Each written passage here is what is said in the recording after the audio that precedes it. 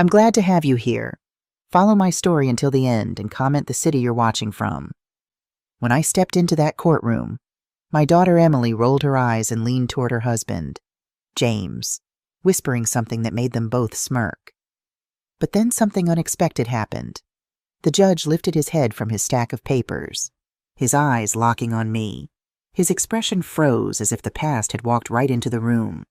"It's her," he said in a hushed voice, barely audible. The entire courtroom went silent. Lawyers paused mid-sentence. Clerks stopped typing. Even the bailiff shifted nervously. Emily's smug look wavered, and James frowned with confusion. They had no idea what those two words meant, but I did. I had lived long enough to recognize when fate was about to turn. They thought I was just an old woman clinging to a house. They believed they had stripped me of every ounce of dignity. What they never realized was that I carried a story much older, much stronger than their greed. Every morning in Riverton began the same way for me. I rose at 6 a.m., filled my old kettle with water, and reached for the chipped blue mug that had survived more than 20 years of breakfasts. The smell of fresh coffee filled the kitchen while I checked on the African violets lined up on the windowsill. My late husband, William, loved those flowers, and tending to them kept him close to me even after he was gone. My life wasn't extraordinary. It was a rhythm of small habits, each one stitched with memory and meaning. I had never traveled far or lived in luxury, but I had poured every ounce of myself into raising my daughter, Emily. I worked late nights cleaning offices, sold homemade pies at church events, and mended dresses for neighbors, all to make sure she had opportunities I never knew. To most people, I was just a quiet grandmother with silver hair and hands that showed years of hard work. But in my heart, I carried decades of sacrifice that no one could see. That Thursday evening was meant to be special. I had spent hours preparing William's favorite chicken and dumplings, the dish Emily used to beg for as a child. My fingers ached from rolling the dough, but it was a good kind of ache, the kind that comes from creating something with love. I laid out my embroidered tablecloth, the one I had worked on when Emily was a teenager, and placed fresh daisies in the center of the table. I wanted to remind her that this was still her home, filled with love and memories. When they arrived, James walked straight to William's old armchair, switched on the television, and acted as if the house belonged to him. He was a tall man with carefully styled dark hair, wearing a suit that probably cost more than my monthly pension. Emily stood there in the green dress I had bought her for Christmas, her expression as cold as winter air. "Mom, we need to talk," she said in a clipped tone that made her sound like a stranger. I noticed James mute the television but not turn it off, his attention divided between us and whatever game was playing. "Of course, sweetheart. Is everything okay?" I motioned toward the kitchen. "Dinner's almost ready. I made your favorite—" "This isn't a social call," James interrupted, his voice slicing through my words. "We have important matters to discuss." Emily didn't even flinch at his rudeness. Instead, she nodded as if he'd said something profound. "Mom," she continued, "the house is too big for you. You can't maintain it anymore. And James and I need it for our growing family." My hands trembled slightly as I folded them in my lap. "What are you saying?" "Emily," James leaned forward, "we found a retirement community perfect for someone your age. All your basic needs will be taken care of, and you'll have people around you. It's the sensible choice." "But this is my home," I said, my voice catching. "Your father died in this house, holding my hand. Every wall carries our story." Emily's face remained unmoved. "Memories are in the heart, Mom, not on the walls." "We've already started the paperwork," James added, pulling out a folder from his briefcase. "The community has a waiting list, but I've arranged to move you to the front of the line. You should be grateful." Grateful. The word hung in the air between us, sharp and insulting. "I'm not leaving my home," I said, surprised by the steadiness in my voice. James's smile disappeared. "Linda, be reasonable. You're getting older. Just last month, you fell in the garden. What if something happens when no one's around?" I wanted to remind him that I'd only stumbled because the sidewalk was uneven, and I'd caught myself before falling, but I knew it wouldn't matter. They'd already decided my fate without me. The chicken and dumplings will get cold, I said instead, rising from my chair. Let's eat first, then talk. Emily exchanged a look with James that made my heart sink. I'd seen that look before, the silent communication between them whenever they thought I was being difficult. As I brought the food to the table, I noticed Emily hadn't set out 3 plates as I'd asked. She'd only set 2. They weren't staying for dinner. They hadn't planned to all along. A few days later, James arrived without warning, bringing along a real estate appraiser in a gray suit. The man walked through my house as if it were already for sale. He measured rooms with quick, detached movements and scribbled notes on a clipboard. The pipes are outdated, he said flatly. The kitchen tiles are old-fashioned. This place would need a full renovation. I stood silently in the corner, clutching the edge of my apron. Those tiles he dismissed so casually had been placed one by William's hands when Emily was 10. I remembered the sweat on his brow, the patience in his smile, the hope in his voice as he told me. This kitchen will last us a lifetime, and now it was being reduced to a line on a checklist. The appraiser poked at the living room ceiling. Water damage here, likely roof issues. That's from when the neighbor's pipe burst last winter, I explained. It's been fixed. Mrs. Patterson can confirm. We'll need to factor in roof replacement costs anyway. He continued as if I hadn't spoken. Emily followed the appraiser, nodding at his comments, never once looking at me. Each word felt like a hammer striking the walls of my heart. My home was no longer sacred to them. It was only property, numbers, and profit. Mrs. Patterson appeared at the back door, holding a plate of cookies. She took one look at the scene and frowned. Linda, is everything all right? She asked, her eyes tracking the appraiser as he measured the door frames. Before I could answer, James stepped between us. Family business, ma'am. Linda's moving to a retirement community. We're just getting the house ready to sell. Mrs. Patterson's eyes widened, and she looked to me for confirmation. The shame of it, having my neighbors learn about these plans before I'd even agreed to them, burned my cheeks. Nothing's decided yet, I managed to say. Actually, it is, Emily replied coldly. Mom just hasn't accepted it yet. Mrs. Patterson set the cookies down and squeezed my hand. Call me later, she whispered before leaving. After they left, I sat alone in the kitchen, surrounded by the evidence of strangers who had invaded my space. Footprints on my clean floor, curtains left open when they had been closed. Even the air smelled different, of cologne and indifference. I picked up the phone to call Mrs. Patterson. But as I dialed, I saw Emily had left her scarf on the chair, a light blue cashmere scarf I'd saved for months to buy her when she got her first teaching job. Now she was married to James. She'd quit teaching. She said it was her choice. But I always wondered. I folded the scarf carefully and placed it by the door. Even now, I couldn't help but mother her. The following week, they returned with a lawyer in tow. James carried himself like a man already in possession of the house. While Emily avoided meeting my eyes, the lawyer spread a stack of documents across my dining table and spoke with rehearsed politeness. Mrs. Smith, these are the transfer papers. Once you sign, the property will be in safe hands. Everything has been arranged for your comfort. I scanned the pages, the words blurring together. Transfer of ownership. Permanent. Irrevocable. My chest tightened as I realized this was not about selling the house to someone new. This was about taking it for themselves. I need time to review these, I said, reaching for my reading glasses. And I'd like my own lawyer to look them over.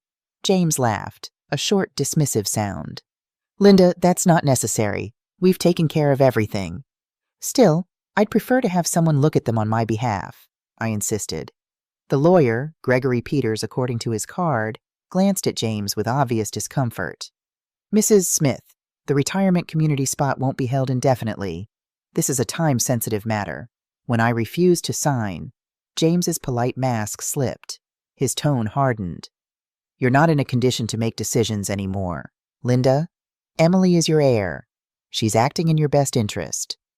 My condition, I repeated, feeling a flush of anger. I'm perfectly capable, the lawyer added quietly. If you don't cooperate, we may have to consider proceedings for mental incapacity. The room spun. My own daughter, the child I had worked myself ragged to raise, was preparing to strip me of everything I had left. My hands shook, but I forced the words out. I'm not signing anything.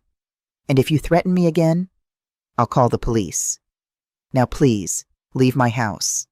James stood up, his face red. This is a mistake, Linda. We're trying to help you. Help me? My voice was steadier than I expected. By taking my home, by declaring me incompetent. Emily finally spoke, her voice tight. Mom, you're being unreasonable. We're worried about you living alone. If you were worried, you'd visit more than twice a year. You'd call me on days that aren't holidays. You'd ask what I want instead of deciding for me. Emily's face paled, and for a moment, I thought I saw a flicker of shame. But then James placed his hand on her shoulder, and whatever doubt she felt vanished. We'll be back, Linda, James said as they gathered their papers. And next time, we won't be asking. That night, sleep would not come. I sat in William's armchair, the silence of the house pressing down on me like a heavy blanket. For the first time, I allowed myself to wonder if they were right. Maybe I was too old, too fragile, too useless to stand in their way. The thought cut deeper than any insult James had ever thrown at me. My eyes wandered to the framed photos on the wall. Emily as a baby in my arms. William smiling at her graduation. Our family gathered around Christmas dinner. Every memory told me I had lived for others, given everything. Now I was being treated like a burden. William, I whispered into the quiet, I don't know how to fight this alone. The next afternoon, as I wandered through the house like a ghost, I opened William's old desk drawer. It was mostly filled with faded bills, envelopes, and letters I had seen before. But tucked beneath them was a slim folder bound with a tiny lock. My breath caught. I had never noticed it in all these years. I searched the drawers, then the shelves, until I found a small brass key hidden inside one of William's favorite books about investing. My hands trembled as I slid the key into the lock and turned it. The folder creaked open, and inside was a stack of documents neatly arranged with William's initials on the corner. Most pages were contracts and statements I didn't fully understand, but one caught my attention instantly. It was a will, signed and dated just 6 months before William had passed. I sank into the chair as I began to read, line by line. My reality shifted. William had been far more careful, far more deliberate than I had ever realized. And what Emily and James thought they could take from me was only a shadow of what William had left behind. William had never spoken much about money. I thought we lived on his modest salary and the little I earned from odd jobs. But as I flipped through the folder, the truth unfolded before me. For decades, he had quietly invested every extra dollar, buying small properties when prices were low, putting money into company stocks, even purchasing a piece of land outside Riverton that was now worth a fortune. The numbers on the statements made my head spin, but the greatest shock was yet to come. The building where Emily and James lived, the place they thought they were paying rent for each month, was ours. All those checks had been funneled into an account under William's name, now mine. For 2 years since his death, rent from every tenant had been quietly deposited, untouched, waiting for me. My heart pounded as I realized I wasn't just a widow clinging to a single house. William had left me an empire my daughter and her husband knew nothing about. At the bottom of the folder was an envelope addressed in William's familiar handwriting. My fingers shook as I unfolded the letter, and his voice seemed to rise from the page. My dearest Linda, if you are reading this, then I am no longer by your side. Forgive me for keeping this secret, but I wanted it to be a gift for your later years. You worked harder than anyone I've ever known, and you gave everything for Emily and me. I wanted you to live without fear, to know you would always be safe. I must also tell you I never fully trusted James. There is something in him that worries me, an ambition that has no heart. That is why I arranged the inheritance as I did. If Emily treats you with love and respect, she will share in this legacy. If not, you hold all the power to protect yourself. Use it wisely, not to hurt, but to teach. All my love. William, tears streamed down my face as I held his letter. Even from beyond, William was protecting me. I had never felt so loved and so devastated at the same time. Why had our daughter become someone who would threaten her own mother? Where had we gone wrong? I carefully replaced the documents in the folder and locked it. Then I picked up the phone and dialed a number I found on one of the investment statements. Riverton Financial Services, Olivia West speaking. I took a deep breath. Ms. West, my name is Linda Smith. My husband was William Smith. I've just found some documents I'd like to discuss with you. There was a moment of silence. Then a warm voice replied, Mrs. Smith, we've been waiting for your call for a very long time. The next morning, I walked into Riverton Financial Services wearing my best dress, a simple navy blue outfit I saved for special occasions. The receptionist led me to a private office where a woman in her 50s stood to greet me. Mrs. Smith, I'm Olivia West. It's an honor to finally meet you. Her handshake was firm, her eyes kind but shrewd. She didn't look at me the way most people looked at older women, with impatience or condescension. She saw me. Please, call me Linda, I said, taking a seat across from her desk. Linda, then, I worked with William for over 20 years. He spoke of you often and with great admiration. I placed the folder on her desk. I found this yesterday. I had no idea. Olivia nodded, not surprised. William wanted it that way. He said you'd work yourself to the bone for others if you knew there was money. He wanted you to slow down, to enjoy life. She opened her computer and turned the screen toward me. Let me show you what you own. Linda? For the next hour, Olivia walked me through a list of assets that left me breathless. Apartment buildings, commercial properties, stock portfolios, savings accounts, all in my name, managed quietly by William's trusted team at Riverton Financial. The Parkview Apartments where my daughter lives, I asked, still struggling to believe.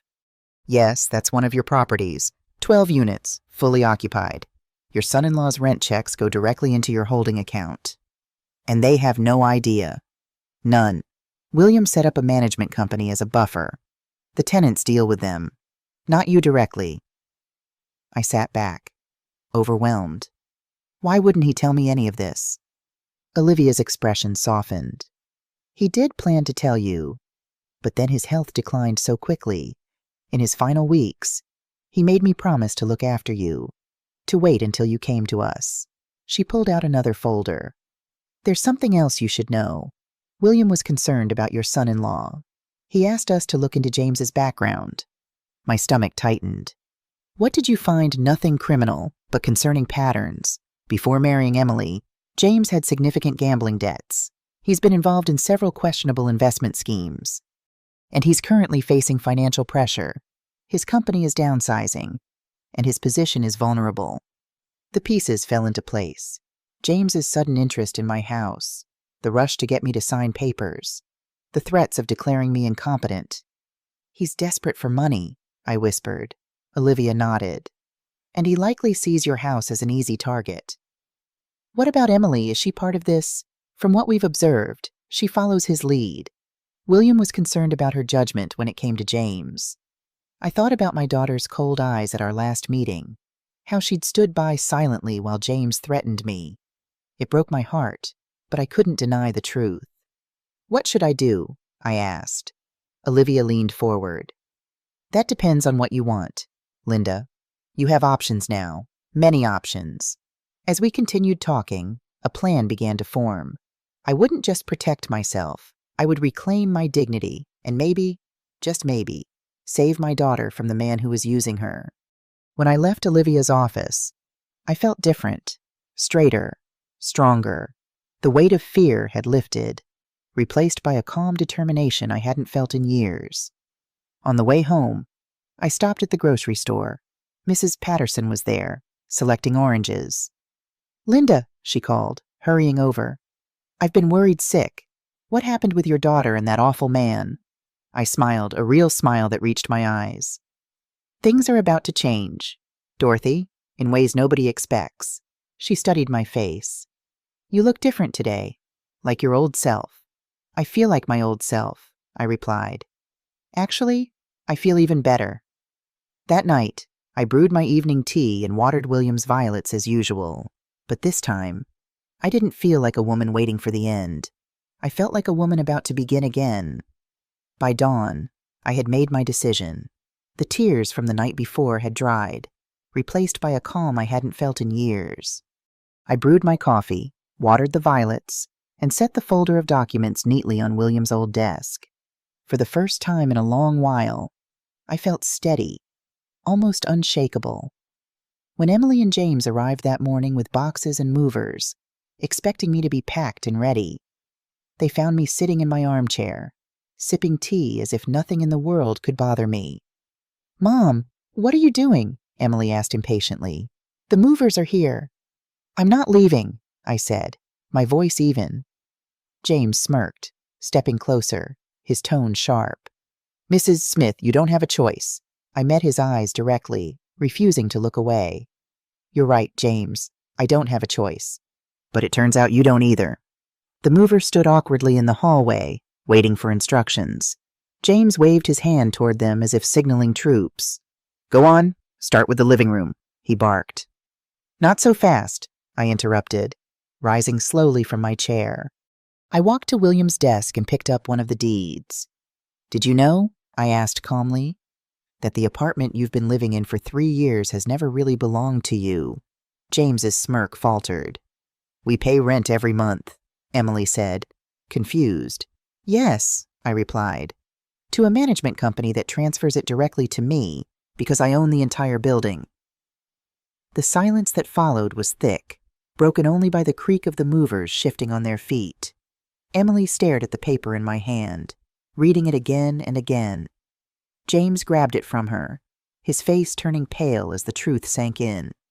"This has to be fake," he snapped. "You're bluffing." "Check the records yourself," I said evenly. "You'll find I'm not bluffing at all." James's voice rose, anger spilling through his teeth. "Even if this is true, you can't stop us. We'll fight it in court. You'll lose everything." I folded my hands in front of me. "On the contrary, you have 30 days to find another place to live. After that, the law allows me to evict you." Emily gasped, her eyes filling with panic. "Mom, you can't mean that. Family doesn't scheme to take away what isn't theirs," I answered firmly. "You made your choice when you tried to push me out." James, desperate now, blurted out, "Tell her, Emily. Tell her why she can't do this." Emily's lips trembled. "Mom, I'm pregnant." The words pierced me deeper than any threat.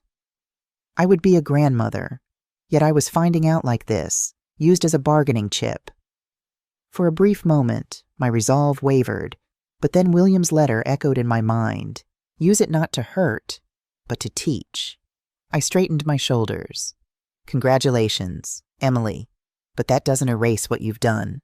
Emily's eyes brimmed with tears as she turned toward James. "Maybe we should just apologize. Try to make this right." James's face hardened. "I will never bow to her. She's manipulating you." "She's manipulating all of us." I stood quietly, letting his words hang in the air. The truth was finally showing itself. "James, please," Emily pleaded, clutching his arm. "She's my mother. We can't throw her out like garbage." "No," he barked, shaking her hand away. "You're weak if you give in." In that moment, I saw something shift in Emily. For years, she had echoed his voice, mirrored his disdain. Now, she was staring at him as if she truly saw him for the first time. She turned back to me, her voice trembling. "Mom, I was wrong. I let him convince me that you were a burden, and I believed him because it was easier than admitting I married the wrong man." I swallowed hard. "Words are a beginning, Emily, but only actions will show me you've chosen differently." That afternoon, when James had stormed out and the movers had gone, Emily sat across from me at the kitchen table. Her eyes were red from crying, her hands clasped tightly together. "I don't know what to do," she whispered. "You start by telling me the truth." I said all of it, and so she did. How James had lost his job 6 months ago, but kept pretending to go to work. How they were behind on credit card payments. How he'd convinced her that my house was the solution to their problems. "He said we'd sell it and use the money to start fresh," she explained, her voice small. But he also talked about how you weren't safe living alone. And you believed him. I wanted to, she admitted. It was easier than facing what our life had become. I reached across the table and took her hand. It was the first time we'd truly touched in years. The baby, I asked gently. It's real, she said, a hint of a smile breaking through her tears. 3 months along. Despite everything, joy stirred within me. A grandchild, a new beginning. Emily, you have choices to make, I said. And they won't be easy, she nodded, squeezing my hand. I know. You can stay here tonight, I told her. We'll figure out the rest tomorrow. That night, as I prepared the guest room for Emily, I found myself humming, an old habit I'd lost somewhere along the way. The house felt different with my daughter under its roof again. Even under these circumstances, there was hope in the air, fragile but real. I placed a vase of fresh violets on her nightstand, a peace offering of sorts. Then I sat down at William's desk and wrote a list of what needed to be done. This was just the beginning of a long journey back to family, to trust, to love. But for the first time in years, I wasn't walking it alone. What would you do if you were in my place? Have you ever been through something similar? Comment below and tell me which city you're watching from. 2 weeks had passed since that confrontation in my living room. Emily had moved into the guest bedroom temporarily, while James had refused to speak to either of us. The pregnancy had brought morning sickness that left Emily pale and tired most days. But there was something else different about her. A quietness, a thoughtfulness I hadn't seen since before she married James. I'd spent those 2 weeks meeting with Olivia West regularly, learning about my finances, understanding the extent of what William had built. Each revelation felt like getting to know my husband all over again. His foresight, his quiet determination, his love expressed through protection rather than words. Your net worth is substantial, Linda, Olivia explained during one of our meetings. You could live quite comfortably for several lifetimes. The number she showed me on paper seemed impossible. I'd spent decades pinching pennies, working extra shifts, worrying about electricity bills. And all that time, William had been creating this safety net. Why wouldn't he tell me? I asked Olivia for perhaps the 10th time. She smiled patiently. William knew you, Linda. He knew you'd never stop working, never stop giving everything away. He wanted to make sure you were taken care of when he couldn't do it himself anymore. That evening, as Emily and I sat in the living room, she reading a pregnancy book, me knitting what would become a baby blanket, the doorbell rang. I'll get it, I said, setting my knitting aside. When I opened the door, James stood there, his appearance shocking me. Gone was the polished businessman in expensive suits. His eyes were bloodshot, his clothes rumpled, his usually perfect hair uncombed. I need to speak to my wife, he demanded, his words slightly slurred. James, you've been drinking, I said firmly. This isn't a good time. He tried to push past me, but I stood my ground. Let me in, Linda. This is still my family. Not when you're like this, I replied, keeping my voice steady despite the pounding of my heart. Come back tomorrow when you're sober. Mom, who is it? Emily appeared behind me, her face draining of color when she saw James. What are you doing here? So it's true, James spat. You've moved in with her, chosen her over me. Emily stepped forward, her hand instinctively moving to her stomach in a protective gesture. I needed time to think. James, you weren't exactly being reasonable. Reasonable, he laughed bitterly. We're about to lose everything, and you're worried about being reasonable. I glanced at Emily, seeing confusion cross her face.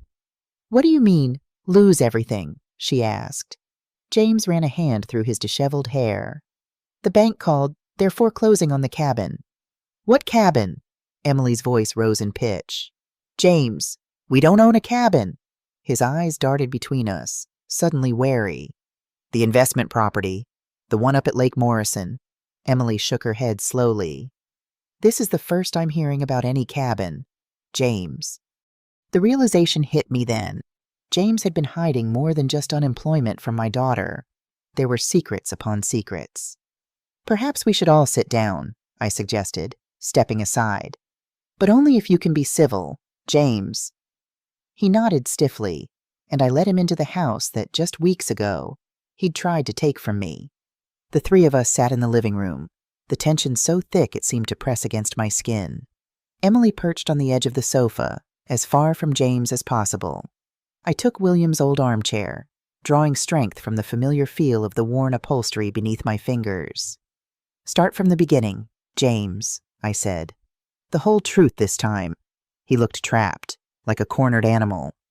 "I was trying to provide for our family," he began, his voice defensive. "Make investments that would secure our future." "By hiding things from me," Emily interjected. "By lying about where our money was going." "You wouldn't have understood," James snapped. "You're too cautious, too afraid of risk. Sometimes you have to gamble big to win big." "Is that what happened to your job?" I asked quietly. "A gamble that didn't pay off." James's head whipped toward me, surprise evident in his expression. "How did you—" "I know many things now, James," I said, thinking of the detailed reports Olivia had shared with me. "I know about the gambling debts, the failed investments, the job you lost 6 months ago." Emily gasped. 6 months? You told me it was just last month." "I was handling it," James insisted, his hands clenching into fists. "I had plans. The cabin was going to be our fresh start." "A cabin you bought without telling me," Emily said, her voice trembling with anger. "Using money we didn't have." "I put it in my name to surprise you," James said, but the excuse sounded hollow even to my ears. "It needed work, but it would have been worth triple in a few years." "And in the meantime," I asked, "how were you planning to pay for it?" His eyes slid away from mine, and in that moment, I knew. "My house," I said. "You were counting on selling my house to cover your debts." "It was a temporary solution," James muttered. "Until my investments matured." Emily stood up suddenly, her face flushed with anger. "Investments, is that what you call betting on those horses in Atlantic City? Or the cryptocurrency scheme you lost thousands on last year?" I watched as years of deception unraveled between them. Every revelation seemed to straighten Emily's spine a little more, her voice growing stronger as James's excuses grew weaker. "You used me," she said finally. "You used me to try to get to my mother's house." "That's not fair," James protested. "I love you, Emily. Everything I did was for us, for our future." "Was getting my mother declared mentally incompetent also for our future?" Emily's voice was ice. "Was threatening her part of your grand plan for our happiness?" James had no answer for that. He looked smaller somehow, shrinking under the weight of his exposed lies. "I think you should leave now," I said quietly but firmly. "Emily needs rest. This stress isn't good for the baby." He stood, swaying slightly. "This isn't over," he said, but the threat in his words was undermined by the defeat in his eyes. After he left, Emily collapsed onto the sofa, tears streaming down her face.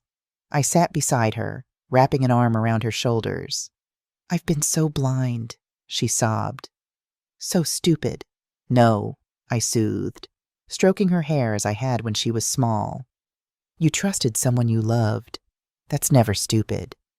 "I let him turn me against you," she whispered. "My own mother."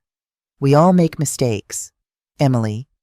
The question is what we do after we recognize them." She looked up at me, her eyes red but clearer somehow, as if a fog had lifted. "I don't know if I can fix this, any of this." "We'll figure it out together," I promised. "One day at a time." Later that night, after Emily had gone to bed, I sat at William's desk, the moonlight spilling through the window onto his photograph. "You were right about him all along," I whispered to the smiling face of my husband. "I wish you were here to help us through this mess." The next morning, as I was making breakfast, the phone rang.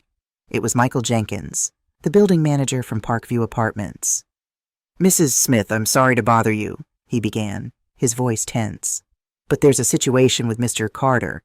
He came to the apartment last night, caused quite a disturbance. Neighbors called the police." My stomach dropped. "Was anyone hurt?" "No, ma'am, but he damaged some property in the unit, broke some windows, put holes in the walls." The police took him in, but I wanted you to know since you're the owner. I thanked him and hung up, my mind racing. Things were escalating faster than I'd anticipated. When Emily came downstairs, I had to tell her. Her face crumpled at first, but then something resolved in her expression. I need to see it, she said firmly. I need to see what he's done. We drove to the apartment complex in silence. Michael met us in the lobby, keys in hand. It's pretty bad, Mrs. Smith, he warned. The police said he was shouting about being cheated, about losing everything. The apartment that Emily had once been so proud of was now a disaster zone. Shattered glass crunched beneath our feet as we entered. The walls bore jagged holes. Family photos lay broken on the floor, and furniture had been overturned. But what caught my eye were the papers scattered everywhere. Bank statements, loan applications, betting slips. Emily moved through the wreckage like a sleepwalker, touching things gently as if to confirm they were real. She picked up a framed photo of their wedding day. The glass cracked across James's smiling face. I don't even know who that man is anymore, she said softly. As we gathered her essential belongings, Emily found a locked drawer in James's desk that had somehow survived his rampage. Using a hairpin, she managed to open it, an old trick I'd taught her when she was 12 and had lost the key to her diary. Inside was a folder labeled Smith House, Appraisal and Sale. Emily's hands shook as she opened it. He had it all planned out, she whispered, spreading the papers on the floor between us.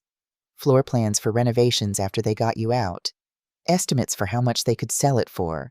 Even brochures for that retirement home. But there was more. Buried beneath these were documents Emily had supposedly signed, power of attorney forms, health directives, even a statement claiming I was showing signs of dementia.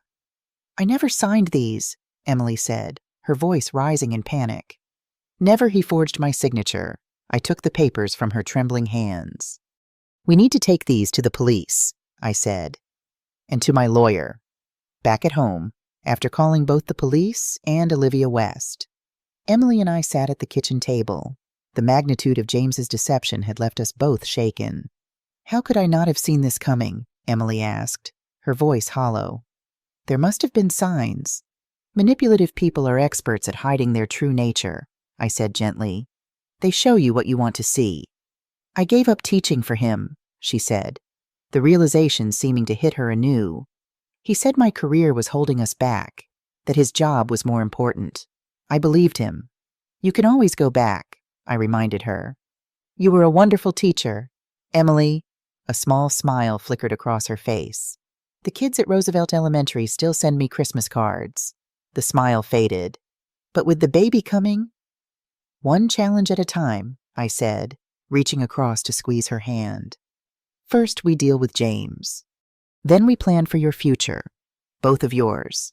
The doorbell rang again, and this time it was Olivia, carrying a briefcase and wearing an expression of grim determination. I've reviewed the documents you mentioned on the phone, she said as I led her into the living room. We need to act quickly. Emily joined us, and Olivia laid out our options.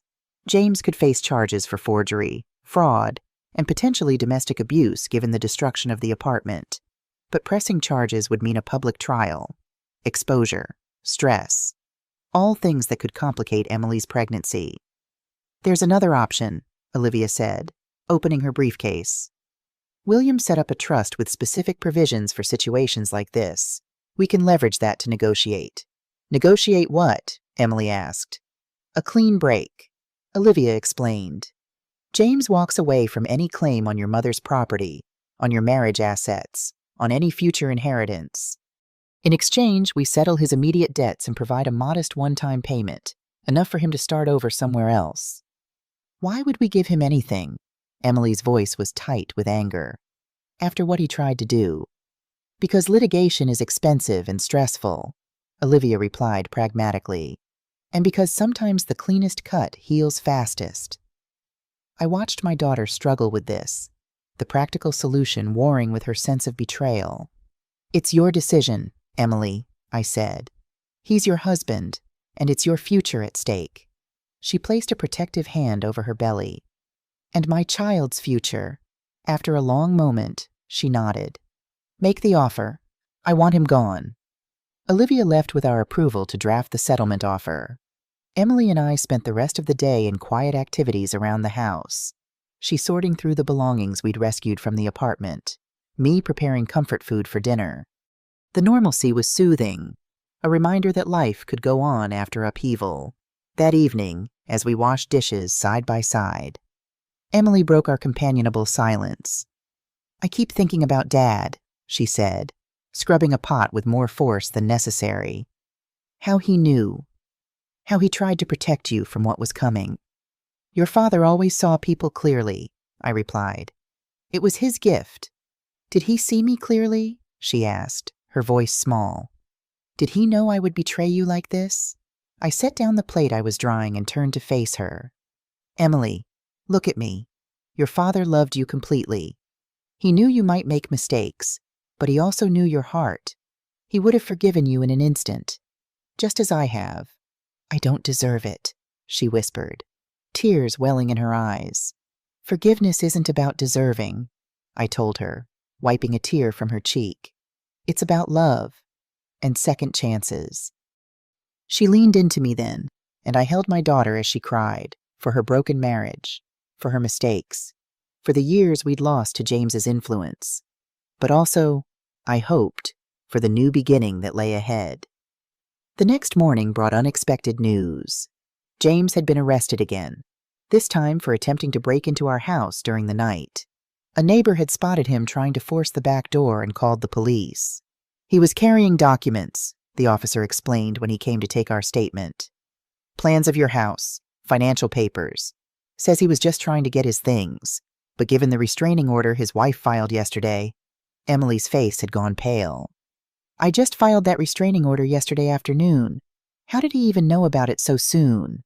The officer looked uncomfortable. Ma'am, in these domestic situations, information sometimes leaks. Could be a clerk, could be someone he knows at the courthouse.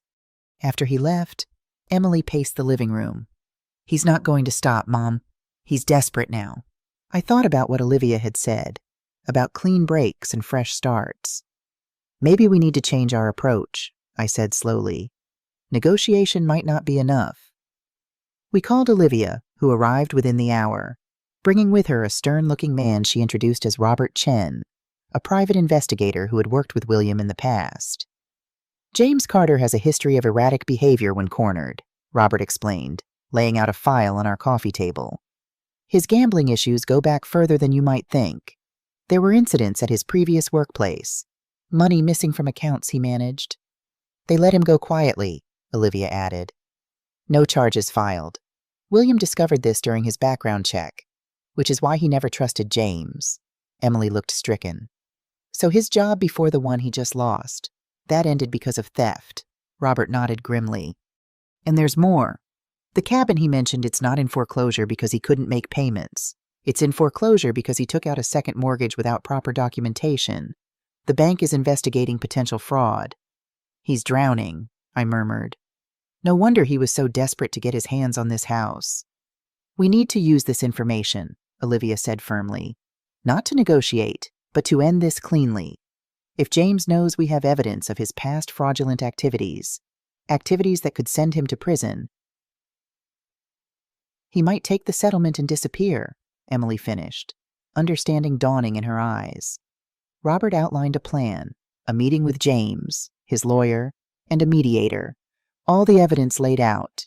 A clear choice presented: take the settlement and leave our lives forever, or face prosecution for all his crimes, past and present. It seems so cold, Emily said after they'd gone, leaving us to consider the plan. Using threats to force him away. Is it any colder than what he tried to do to us? I asked gently. Sometimes protection requires firmness. Emily, your father understood that. She nodded slowly. When should we do it? As soon as possible, I said. The longer this drags on, the more desperate James will become.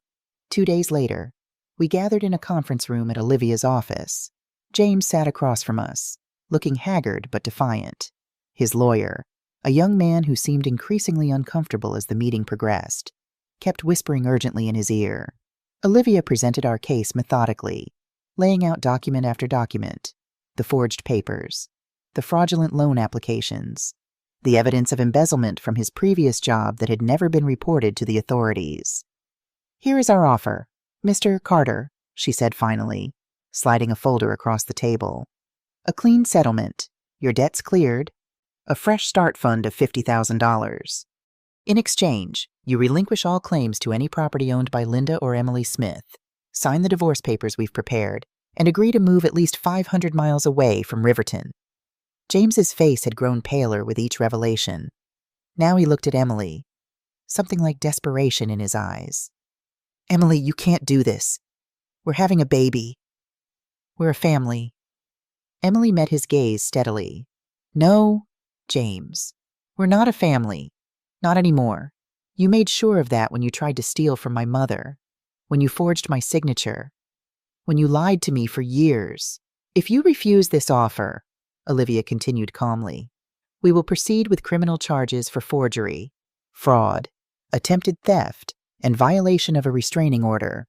The documentation of your previous indiscretions will be provided to the prosecutor."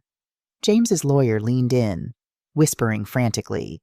James shook his head, but with less conviction now. "You have 24 hours to decide," Olivia concluded, standing to signal the end of the meeting. As we prepared to leave, James called out, "Emily, wait." She paused, looking back at the man she had once loved enough to marry. "I did love you," he said, his voice cracking. "In my way." "Your way wasn't good enough," she replied softly. "Not for me, and certainly not for our child." Outside, in the safety of Olivia's car, Emily finally broke down.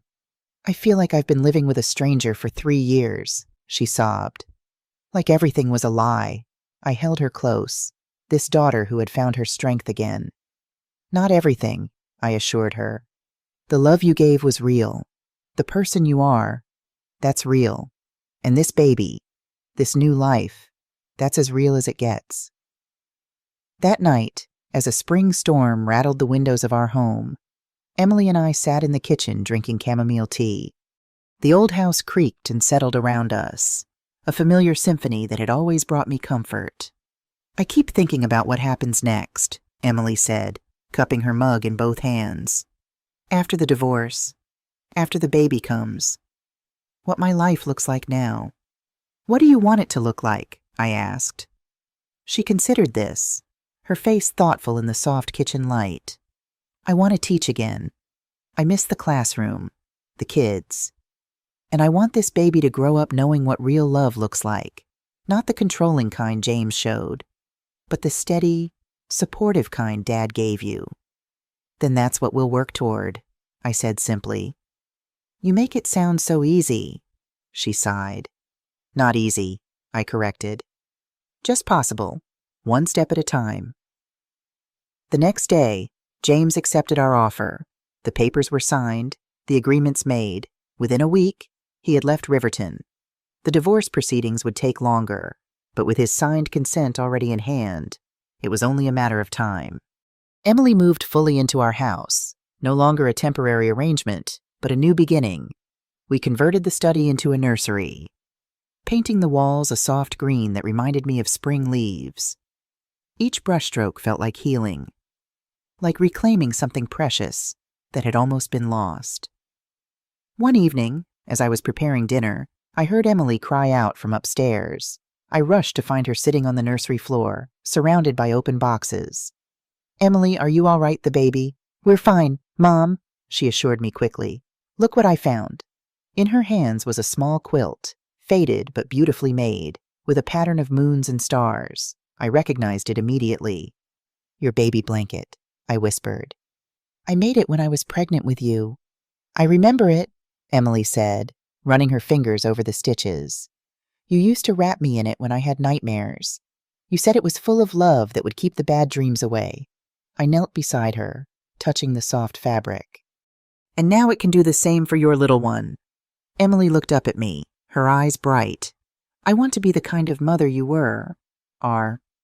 Patient, kind, strong." "You will be," I assured her. And on the days when it's hard, I'll be right here to remind you. As weeks passed, our lives settled into a new rhythm. Emily began taking online courses to renew her teaching certification. I continued meetings with Olivia, learning to manage the unexpected wealth William had left me. The house that James had tried to take from me became a true home again, filled with purpose and hope. Emily's pregnancy progressed, her body changing, her face softening with anticipation. At her 20-week appointment, we learned she was having a girl. On the drive home, she was quieter than usual. "What are you thinking about?" I asked. "Names," she replied. "I was thinking, if it's okay with you, I'd like to name her Willow." "Willow," I repeated, surprised. "For Dad, William. A way to honor him, to keep him part of her life even though they'll never meet." Tears pricked my eyes as I reached over to squeeze her hand. He would have loved that, and her. That evening, as I watered William's violets on the windowsill, I noticed something remarkable. A plant that hadn't bloomed in years had put forth a single perfect purple flower. "You see that, William?" I whispered. Life goes on, in ways we never could have imagined. 2 months after James left, we received news that would change everything once again. Robert Chen called early one morning, his usually measured voice urgent. "Mrs. Smith, is Emily with you?" "Yes, she's right here. What's wrong?" "I've been monitoring James Carter's activities, as we discussed. He's been spotted back in Riverton, despite our agreement, and he's been asking questions about you, about Emily, about the house." My blood ran cold. "What kind of questions? About the extent of your assets? About William's investments?" "I think someone may have tipped him off that there's more than just the house at stake." Emily, hearing my side of the conversation, had gone pale. "He's coming back for more," she whispered. After hanging up, we called Olivia immediately. Her response was swift and decisive. "We need to file for an immediate injunction," she said. "And I think it's time to contact Richard Anderson." "The judge?" I asked, confused. William had mentioned him in some of his papers, but I hadn't made the connection before. "Yes, he and William were close friends. Richard has been following your situation from a distance, out of respect for your privacy. But given these developments, I think he would want to help." That afternoon, we sat in Judge Richard Anderson's chambers. He was a distinguished man in his 60s, with kind eyes that crinkled at the corners when he smiled at me. "Linda Smith," he said warmly. "William spoke of you often. I'm sorry we're meeting under these circumstances." I studied his face, trying to place him in my memories. "Did we ever meet, Judge Anderson, when William was alive?" "Once at a charity dinner. You probably wouldn't remember. There were hundreds of people. But William pointed you out, said you were the reason for everything he did." Something in his tone made me believe him completely. This wasn't just professional courtesy. This was a man who had genuinely respected my husband. "Now," he continued, his tone becoming businesslike, "Olivia has filled me in on the situation with James Carter. His return to Riverton violates your settlement agreement, which gives us grounds to act." "What can we do?" Emily asked, her hand protectively covering her growing belly. "Legally, quite a lot," Judge Anderson replied. "But I'm concerned about the strain on both of you, especially in your condition. Young lady," he turned to me. "Linda, William once told me that if anything happened to him, I should look out for you. I didn't intervene earlier because you seemed to be handling things remarkably well. But now I'm offering my help, not just as a judge, but as someone who respected your husband greatly." "We need to end this," I said firmly. "Once and for all." Judge Anderson nodded, a plan already forming in his mind. "Then here's what we'll do." The plan was simple but effective. Through official channels, James would be informed that his presence in Riverton violated the settlement agreement, rendering it null and void. All financial support would cease immediately, and criminal charges would be filed. Simultaneously, he would receive an invitation to a meeting at the courthouse, a chance to renegotiate before things became irreversibly worse. "He'll come," Olivia predicted. "His type always believes they can talk their way out of trouble." "And when he does," Judge Anderson added grimly, "he'll find himself facing not just civil penalties, but a formal hearing on his violations. Will I have to be there? Emily asked, worry creasing her brow. No, I said firmly, before anyone else could answer. You won't face him again. I'll handle this. Mom, she began to protest, but I shook my head. This is what your father would have wanted. For me to protect you. To finish what he started. As we left the courthouse, the weight of what lay ahead settled on my shoulders. But it was a weight I could bear now, strengthened by truth, by love, by the knowledge that I was no longer alone in this fight. That night, after Emily had gone to bed, I sat at William's desk and wrote him a letter he would never read. My dearest William, I understand now why you did what you did. The secrets you kept, the protections you put in place. You saw what I couldn't or wouldn't see. You knew that someday I might need to stand on my own, to fight not just for myself but for our family. I wish you could see Emily now. She's finding her way back to herself, to the strong, loving woman we raised. And soon there will be a grandchild, a little girl named Willow, carrying your legacy forward. Tomorrow I face a battle you tried to spare me from. But I'm not afraid. You gave me everything I need to win, not just resources, but courage. The knowledge that I am worthy of defense. I miss you every day, but in fighting this fight, I feel closer to you than I have since you left. All my love. Linda, I folded the letter and placed it in the box with William's violets. Then I went to bed, ready for whatever the morning would bring.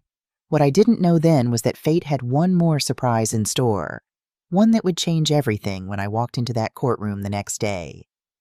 The morning of the courthouse meeting dawned clear and bright, a sharp contrast to the storm of emotions within me. I dressed carefully in a simple blue suit I'd worn to William's funeral, a reminder of what I was fighting for, of the man who had protected me even beyond death. Emily insisted on driving me despite my objections. I won't come inside, she promised, but I need to be nearby. For my own peace of mind, we rode in silence, each lost in our own thoughts. When we arrived at the courthouse, Emily squeezed my hand. You don't have to do this alone, Mom. I'm not alone, I assured her, touching the folder of documents in my purse. Your father made sure of that. The courthouse was imposing, all marble columns and stern authority. Olivia West met me at the entrance, her usual calm demeanor bolstered by an air of determination. James arrived 10 minutes ago, she informed me. He brought a new lawyer, younger, more aggressive than the last one. Is Judge Anderson ready for us? I asked. Olivia nodded. Everything is in place. Remember, Linda, no matter what James says, no matter how he tries to manipulate the situation, you have truth on your side. We walked through the echoing hallways, our footsteps a steady rhythm that helped calm my racing heart. Outside courtroom C, Robert Chen waited with a nod of encouragement. Mrs. Smith, he said respectfully, I'll be right behind you. The courtroom itself was smaller than I'd expected, intimate almost. James sat at one table with his lawyer, a sharp-featured young man in an expensive suit. They were deep in whispered conversation when we entered, but James's head snapped up at the sound of the door. Our eyes met across the room, and I was surprised to see not anger, but calculation in his gaze. Olivia guided me to our table, arranging her files with practiced efficiency. The room filled gradually, court officers, a stenographer, Robert Chen taking a seat in the back row. A nervous energy permeated the space, like the air before a thunderstorm. At precisely 10 a.m., the bailiff called for us to rise. The Honorable Judge Richard Anderson presiding. The side door opened and Judge Anderson entered, his black robes lending him an air of solemn authority. He took his seat at the bench, his gaze sweeping the room before settling on me with a nearly imperceptible nod. Be seated, he instructed. This is a preliminary hearing regarding the violation of settlement terms between Linda Smith and James Carter. Let the record show that both parties are present with counsel. He shuffled some papers, then looked directly at James. Mr. Carter, you were explicitly prohibited from returning to Riverton as part of your settlement agreement. Yet here you are. Would you care to explain? James's lawyer rose smoothly.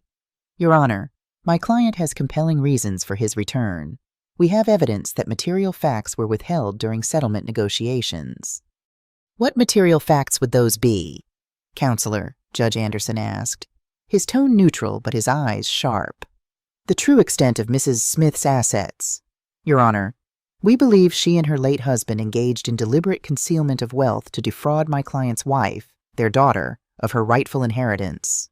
I felt my cheeks flush with indignation, but Olivia's hand on my arm kept me seated and silent. "That's a serious allegation," Judge Anderson noted. "Do you have evidence to support it?" The lawyer smiled confidently. "We do, Your Honor. We've obtained bank records indicating transfers of substantial sums shortly before William Smith's death, transfers that suggest an attempt to hide assets that should rightfully have been included in his estate." My mind raced. What records could they possibly have found William had been meticulous in his planning? Judge Anderson glanced at me, then back to James's lawyer. "I'll review these records. But first, I should disclose something to the court."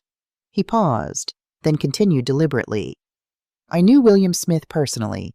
We served together on several charitable boards, and I was familiar with his financial practices." James's lawyer faltered visibly. "Your Honor, that would seem to be a conflict." "I'm not finished, Counselor," Judge Anderson interrupted firmly. "My acquaintance with the deceased gives me particular insight into this case. William Smith was known for his integrity and financial transparency. Any suggestion that he engaged in fraudulent activity would require extraordinary proof." The lawyer recovered quickly. "With all due respect, Your Honor, given your personal connection to the family, perhaps this case should be reassigned to ensure impartiality." Judge Anderson considered this, then nodded. "A fair point. However, before I make that determination, I'd like to hear from Mrs. Smith's counsel." Olivia rose with calm confidence.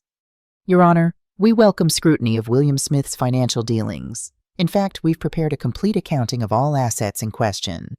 She approached the bench with a thick folder. "These documents will show that all transfers were legitimate, properly reported to tax authorities, and designed to protect assets, not conceal them." As Judge Anderson accepted the folder, the courtroom door opened quietly. I didn't turn to look, assuming it was just another court official, but then Judge Anderson glanced up, and I saw his expression change subtly. He froze for a moment, his eyes widening in recognition. "It's her," he said, his voice barely audible. I turned then, confused by his reaction. A woman had entered and taken a seat in the back row, an elegant woman in her 60s with silver-streaked dark hair. There was something familiar about her, but I couldn't place her. The entire courtroom seemed to hold its breath. James and his lawyer exchanged puzzled glances. "Your Honor," James's lawyer prompted, clearly confused by the interruption. Judge Anderson collected himself visibly. "My apologies. Let's proceed." But his eyes kept drifting to the woman in the back row, and I felt a strange shift in the atmosphere of the courtroom. For the next hour, both sides presented arguments. James's lawyer claimed Emily had been coerced into signing the divorce papers, that she was being manipulated by me, that the settlement was grossly unfair given the newly discovered assets. Olivia countered with evidence of James's deception, the forged documents, the hidden gambling debts, the fraudulent loan applications. The back and forth continued, but I sensed Judge Anderson's attention wasn't fully engaged. He kept glancing at the mysterious woman, a strange mix of emotions crossing his face. Finally, during a brief recess, Olivia leaned close to me. "Do you know who that woman is?" she whispered. "The one who came in late." I shook my head. "She seems familiar, but I can't place her." "That's Eleanor Winters," Olivia said. "Judge Anderson's former fiancée from law school. They were engaged 30 years ago, then suddenly broke it off. No one ever knew why." My breath caught. 30 years ago, around the time William and I were first married, when I was working as a secretary at the courthouse to put him through his business courses. A distant memory stirred. A young law clerk, shy and overwhelmed, crying in the break room late one evening. Me, staying after hours to comfort him, bringing him coffee, helping him organize the mountain of briefs his supervisor had dumped on him. Marcus. His name had been Marcus Ellery. "Judge Anderson's first name?" I asked urgently. "Is it Marcus?" Olivia looked surprised. "Yes, Richard Marcus Anderson. Why? Before I could answer, the bailiff called us back to order. Judge Anderson returned to the bench. His demeanor noticeably changed. More focused. More determined. Having reviewed the evidence presented by both sides, he began, I find that Mr. Carter has indeed violated the terms of his settlement agreement. Furthermore, I find his allegations regarding concealed assets to be without merit. James's lawyer started to object, but Judge Anderson silenced him with a raised hand. I'm not finished, Counselor. Given the seriousness of Mr. Carter's violations and the evidence of his prior attempts to defraud Mrs. Smith, I am ordering the immediate reinstatement of all criminal charges that were conditionally dropped as part of the settlement agreement. James half rose from his seat, his face flushing with anger. You can't do that. This is a setup. Sit down, Mr. Carter, Judge Anderson commanded, his voice sharp. One more outburst and I'll hold you in contempt. James subsided, but his eyes burned with fury as Judge Anderson continued. Furthermore, I am issuing a permanent restraining order prohibiting Mr. Carter from approaching within 500 yards of Linda Smith, Emily Smith, their residence, or any property owned by either of them. Olivia squeezed my hand under the table, a silent celebration of victory. Court officers will escort Mr. Carter to the processing area, where he will be formally charged with forgery, fraud, and violation of court orders. Bail will be set at the hearing tomorrow morning. The courtroom erupted in murmurs as two officers approached James, who sat in stunned disbelief. His lawyer was frantically whispering in his ear, but James seemed beyond hearing.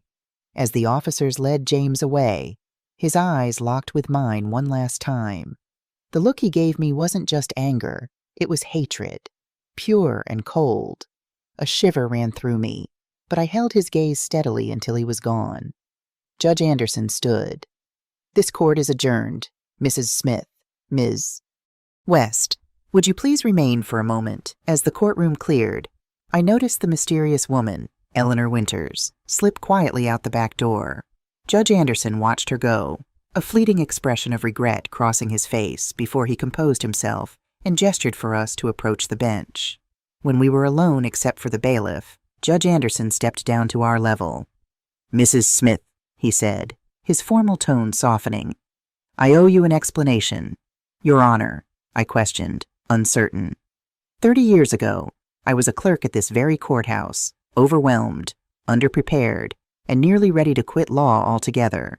A kind secretary stayed late one night to help me organize a case that had been dumped on me by a senior clerk. She brought me coffee, showed me how to sort the briefs efficiently, and told me I had what it took to succeed if I just believed in myself. My eyes widened as the memory crystallized. Marcus, I said softly. The Harland case. You were so tired you could barely see straight. He nodded, a smile warming his austere features. That secretary was you, Mrs. Smith. You saved my career that night. And now, after all these years, I finally have the chance to repay that kindness. Olivia looked between us, clearly surprised by this revelation. But the case, I said. The ruling, was it fair? Absolutely. Judge Anderson assured me. James Carter broke the law repeatedly. The evidence against him is overwhelming.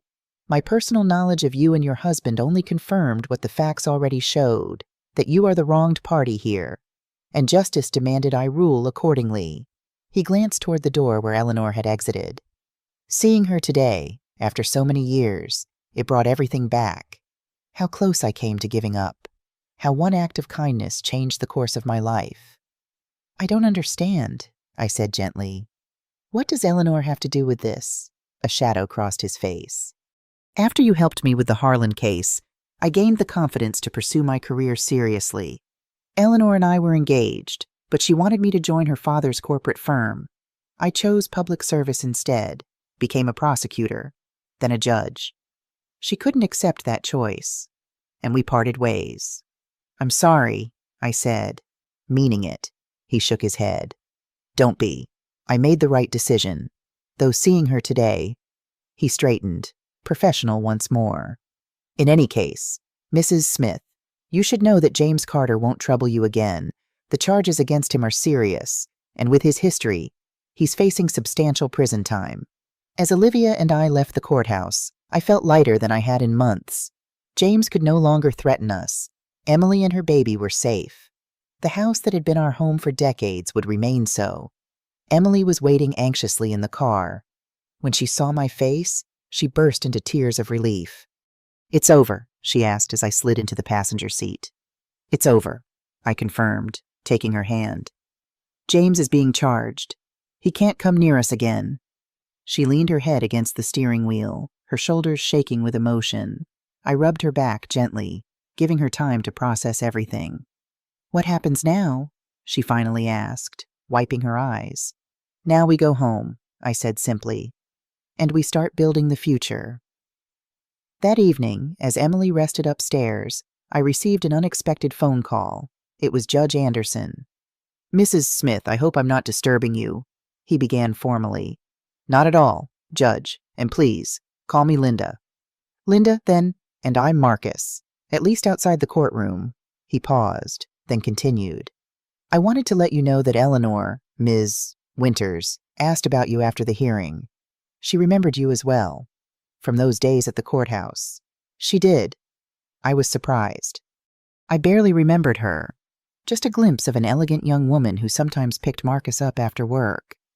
"Yes," she suggested. "Well, she thought perhaps you might be interested in joining us for dinner sometime, to talk about old times." The invitation caught me off guard. "That's very kind, but I wouldn't want to intrude on your reunion." "It's not an intrusion," he assured me.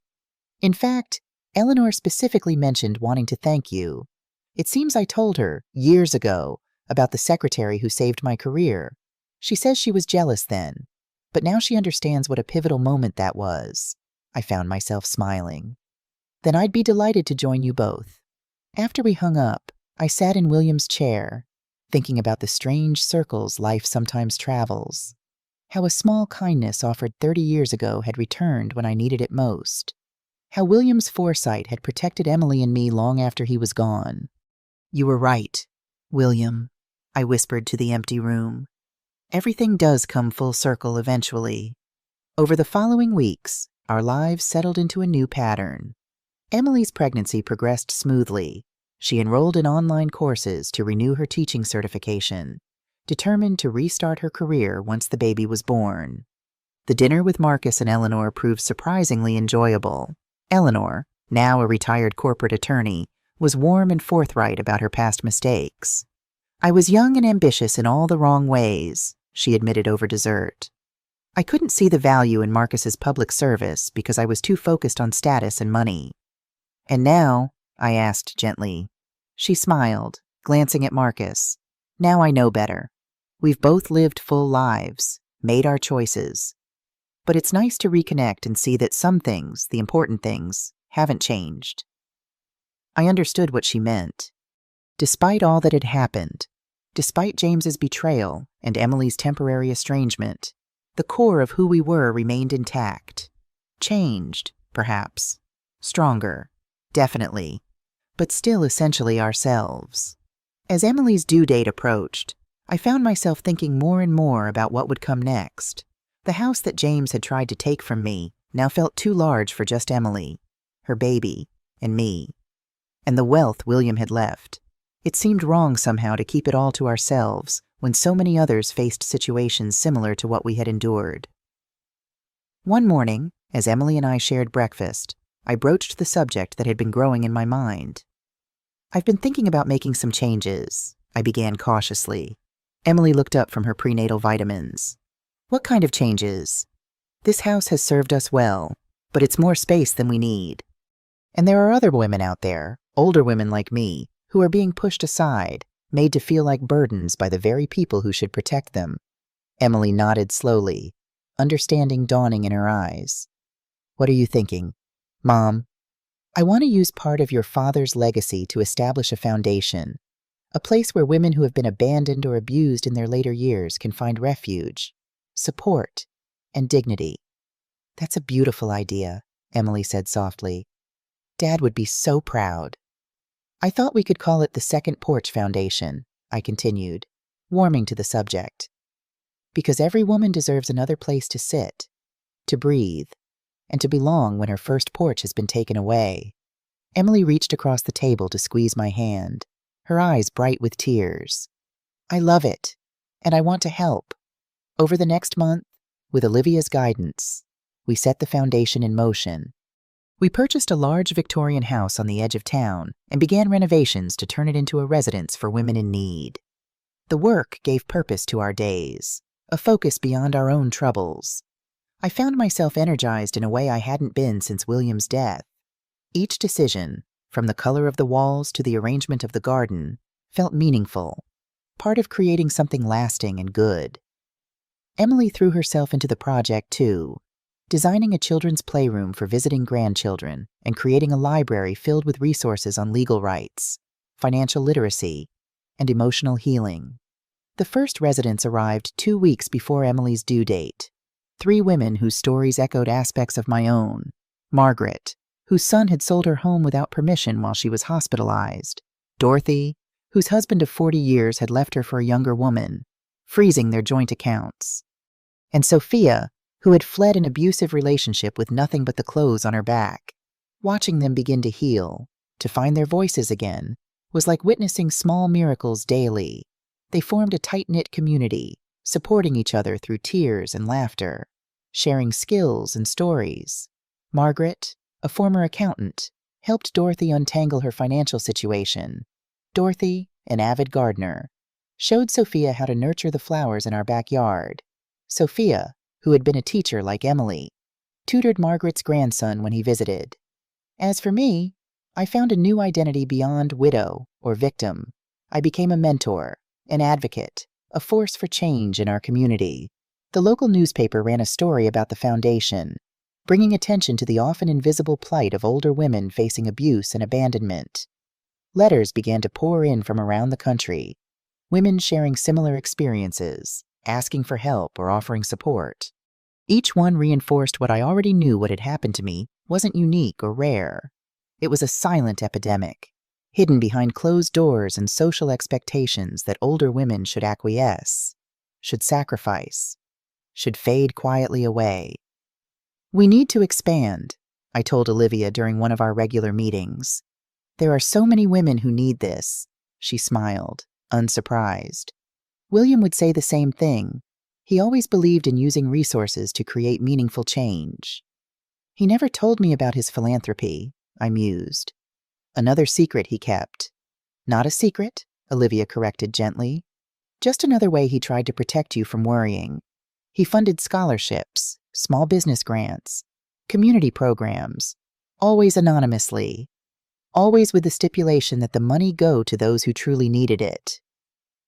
A warmth spread through me at this new glimpse of the man I had loved for so many years. Then we'll continue that legacy, I decided. Expand the foundation, create more second porch homes, help as many women as we can. On a bright June morning, as I was reviewing plans for our second location, Emily's water broke. The rush to the hospital, the hours of labor, the anxious waiting, all of it passed in a blur of emotion and anticipation. When the nurse finally placed my granddaughter in my arms, I felt the circle of life complete itself once more. Willow Smith, 7 pounds, 3 ounces, with her grandfather's determined chin and her mother's curious eyes. "Hello, little one," I whispered, touching her perfect tiny fingers. "You have quite a story to inherit." Emily watched us from her hospital bed, exhausted but radiant. "What do you think Dad would say if he could see her?" I smiled, knowing the answer with absolute certainty. He'd say she's perfect, and that he's been watching over her, over all of us, all along. In the days that followed, our home filled with the sounds of new life, Willow's cries and coos, Emily's lullabies, the gentle rhythm of rocking chairs and midnight feedings. The 3 of us settled into a new normal, 3 generations of Smith women supporting each other through this latest transition. 5 years passed in what felt like the blink of an eye. The garden in Riverton was alive with color. My granddaughter Willow, now 4 years old, ran barefoot across the grass, chasing butterflies, her laughter echoing through the yard. Emily stood at the porch steps, her hands dusted with flour from preparing Sunday lunch. She had rebuilt her life, returning to teaching and finding joy in both her classroom and her role as a mother. The Second Porch Foundation had grown beyond my wildest dreams. 3 homes now operated across the state, with plans for a 4th underway. Dozens of women had found safety and dignity within their walls. Some stayed briefly until they could secure their independence. Others became permanent residents, contributing to the community we had built together. That afternoon, an envelope arrived addressed to me. It was an invitation to the dedication of our newest Second Porch home. Dozens more women would soon find safety and dignity within its walls. Later that week, Judge Marcus Anderson visited with Eleanor, who had become a dear friend and volunteer at the foundation.